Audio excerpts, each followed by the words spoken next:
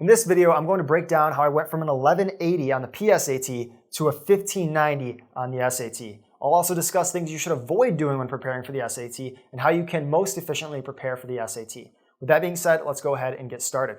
So the first PSAT that I ever took, I got an 1190 on, and this was in the fall of my freshman year. It was administered by my school. The next PSAT that I took, I got an 1180 on, and this was in the spring of my freshman year, once again administered by my school. So you'll notice I actually went down by 10 points. Keep in mind I was not preparing at all for the PSAT at this time. Okay, the next test that I took is the PSAT in the fall of my sophomore year, and you'll notice I increased my score by 100 points from an 1180 to a 1280. This wasn't by prepping. Rather, what happened is as I went through my freshman year and part of the first semester of my sophomore year, I naturally learned more of the math and English skills that were tested on the PSAT. So this would include things like Algebra 1, Algebra 2, geometry, and then on the writing section, things like grammar rules. You'll learn those in your first year of high school English class. Things like reading comprehension will naturally go up as you read more books as part of high school English classes. And then from there, I get a 1350 on my spring PSAT as a sophomore. So once again, a pretty big jump there, up by 70 points. So once again, I attribute this pretty much entirely to the classes I was taking. They were doing a good job of preparing me for the PSAT. As you go through high school, you will learn more of the math, writing, and reading skills that you need to do well on the PSAT and the SAT. All right, so all of this from 1190, 1180, all the way up to 1350, I attribute to classes. I don't attribute it to any prep because I didn't prep at all at that time. It was all due to the classes I was taking and learning more of the curriculum that is required in order to do well on the PSAT. Okay, so keep in mind 1180 to 1350, all classes, all from freshman and sophomore years. Okay, moving on to this 1420. So this was the PSAT in the fall of my junior year. This is also called the National Merit Scholarship Qualifying Test. Now keep in mind, I actually prepped a slight amount for this because it was the National Merit Scholarship Qualifying Test. And I actually wish I had prepped more about it because I didn't find out that you could qualify for some really great scholarships from this test until about a week before. So all I really ended up doing was just taking the classes from before. Once again, I'm going to get a little bit of a bump here from those classes because there was still some parts of the spring semester of my sophomore year and the fall semester of my junior year that I had learned more that would help prepare me. But then also I did do a couple practice questions before the test that I think helped me prepare me at least a little bit more as well. Okay, now we're going to get to where we get the bulk of my prep, which is right here from 1420 to 1550. So this 1550 is in August, right before the start of my senior year. So we've got a very large time gap. And during that time gap, I did lots of prep. So in total, I'd say I prepped for around anywhere from like 2 to 4 months to get from that 1420 to that 1550. And once again, I attribute that to lots of prep. That was a lot of hard work. That was going through practice tests, studying a ton of resources from the College Board. I didn't buy any books. I know a lot of people are into buying SAT prep books. Didn't do any of that. It was pretty much all resources that are provided for free by the College Board is what I used to study to get this 1550. So from there, this 1550 was the August SAT, right before the start of my senior year. These next two scores are pretty much within 3 days of each other, and they're both in September, so about 1 month later. So I've got about 1 month from this 1550, and I didn't know I had gotten 1550. However, when I got out of that test, I knew that I had missed at least a couple of questions. So I knew I was going to want to take it again because I knew I could have done better. I will note that the first time I did take this SAT at a test center, because all of these scores up to this 1420 had been at my school, which is a much more comfortable environment for taking an SAT or a PSAT. So this 1550 I was a little bit nervous for, and I think that did impact me a little bit as well. And then we get into the 1580. So in terms of the time from the August SAT to the September SAT, and this 1580 was an SAT administered by my school in September. During that time, basically what I did is I focused in on what I knew I had got wrong or what I knew I was weak in on that 1550, which was primarily the reading section. I knew I was really good at the math and the writing section. I did know there was a couple math topics that I needed to review because I knew that I'd probably missed maybe 1 or 2 math questions on that 1550. So I studied on the math parts that I thought I was weak in, but other than that, I was really focused in on that reading section because I knew that was my weak area. So from there, I go to my SAT at my school, felt super comfortable during the test. Once again, if you take it at your school, I think you're going to be much more comfortable. It's just an environment that you're familiar with. And I felt really confident in this one. Now keep in mind, I had already signed up for the September SAT, so I knew I was going to take another one 3 days later. But I felt really comfortable for the one that I got 1580 on at my school. Felt like I got perfect on the writing and the math, which I ended up getting perfect scores on. Didn't get any questions wrong on those, but I did miss 3 questions on the reading section, which I thought I might have missed a couple on the reading section. So from there, I've got about 2 or 3 days to prep for this 1590. So what did I do? I focused pretty much exclusively on the reading section. Other than a couple math problems to just keep my mind fresh with math, it was pretty much just a dial in on the reading section, specifically the reading questions that I knew I was still struggling with. So from there, I get the 1590 on that test. I also got perfect scores on the writing and the math section, and I just missed 2 questions on reading. So the difference between this 1580 and this 1590 was just getting 1 more question right on reading. I got 3 reading questions wrong on the 1580, and I got 2 reading questions wrong on that 1590. Okay, and the way that I would classify my improvement from 1550 to 1580 and 1590 is refinement. It was just going through my weak areas and trying to get stronger in them, taking a look at the specific types of questions I was still struggling on and just drilling them until I got better and better. So the next thing I want to talk about is just quickly the score distribution for the SAT. So you'll notice here that it's a bell curve.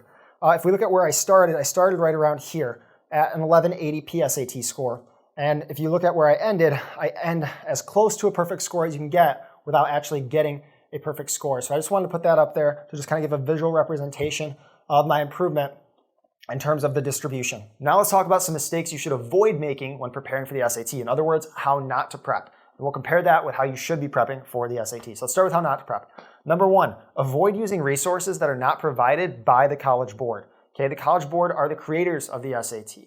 They are who you should be basing your prep on. So you want to use their free resources rather than resources that are created by a third party.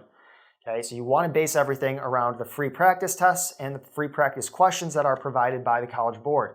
In terms of the practice tests, you can get them directly from College Board's website.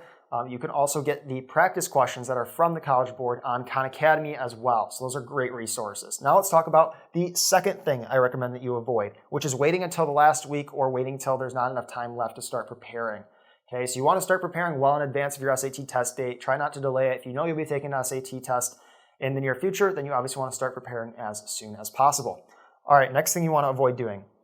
When you are preparing for the SAT, do not just focus on questions you're already getting right or on areas that you're already strong in.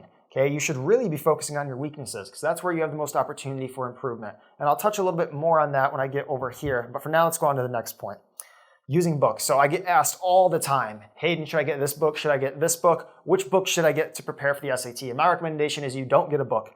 You'll hear a bunch of SAT gurus or tutors saying that you should buy their book or buy, X book, Y book. I don't recommend using books at all. And the reason why is it's kind of fundamentally different from the actual environment of the SAT and sort of the nature of the test itself. If you think about using a book to prep, ultimately what you're probably doing is you're reading through, maybe they have a couple practice questions. Those practice questions probably aren't provided by the College Board. They're probably from, a third party as well. Overall, I've generally found the strategies that are talked about in books aren't what I would recommend. I don't think that they're necessarily as efficient as possible. So personally, I'm not a fan of books. I do not recommend them to people to prepare for the SAT. I think that the video format of learning is actually much better for preparing for the SAT because ultimately you need to not only know the knowledge, but how to apply it. I think the best way to see that is in video format rather than in the format of a book. Because of that, I do not recommend that you use books. I think the video format is much, much better, so I don't recommend using books. All right, now let's talk about how I recommend that you do prep for the SAT. So I've got a list of 5 things here. As you can see, we've got 1 through 5. So let's start with number 1, a foundation. So if I was prepping for the SAT from scratch, the first thing I would do is I would try to build a strong foundation. So what does a strong foundation look like? Well, for the writing section, it would mean knowing the grammar rules, understanding sentence structure, understanding introductory modifiers, things like that. In terms of math, it would be understanding algebra, geometry, what's ultimately being tested, and the foundational knowledge you need to do well. In terms of reading, that would look like understanding words in context, understanding how to approach different passages, things like that. With that being said, let's move on to number 2, knowing what to look for. This is possibly, other than the foundational knowledge, this is probably the most important. These are also in order of sequence as well. Knowing what to look for is extremely important. And if you've ever seen any of my videos or my prep courses that I do have available, you'll notice that I stress this a ton. An example of this on the writing section, if you've ever taken a practice test, would be if you see a question that has an introductory modifier, if you know to look for introductory modifiers, that question is going to take you like 15 seconds, possibly even less.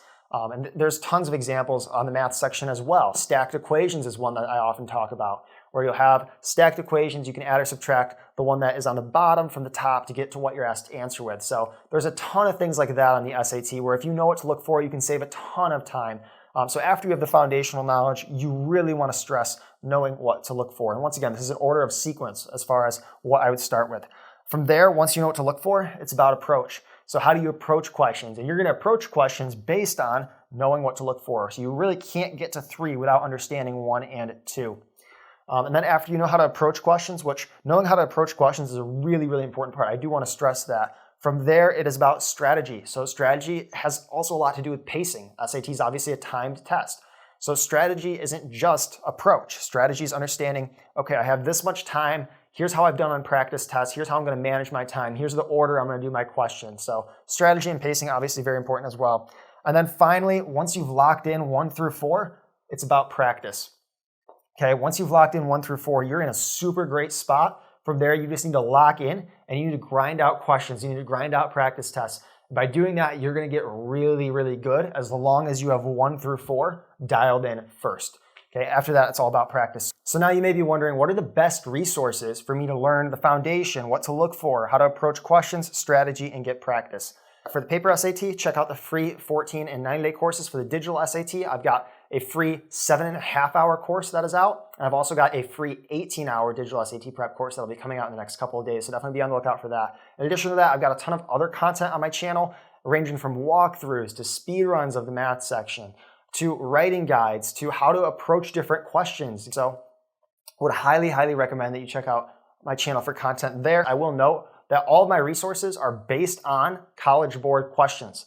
They are either released free practice tests or practice questions available from Khan Academy. So ultimately, they are all based on the College Board. So once again, like I said, you want to stick to College Board materials, which all of my content is based on. All of it is based on the College Board materials because those are going to be the most accurate and similar questions to that you will see on the SAT. And then in addition to that, once again, once you get to the practice part, it's about grinding out questions. For that, like I've said earlier, practice tests released by the College Board and practice questions released by the College Board in conjunction with Khan Academy. So hopefully this video is helpful. If it was, please like and subscribe. If you are looking to prep for the paper SAT or the digital SAT, highly recommend that you check out the content that I've been putting out.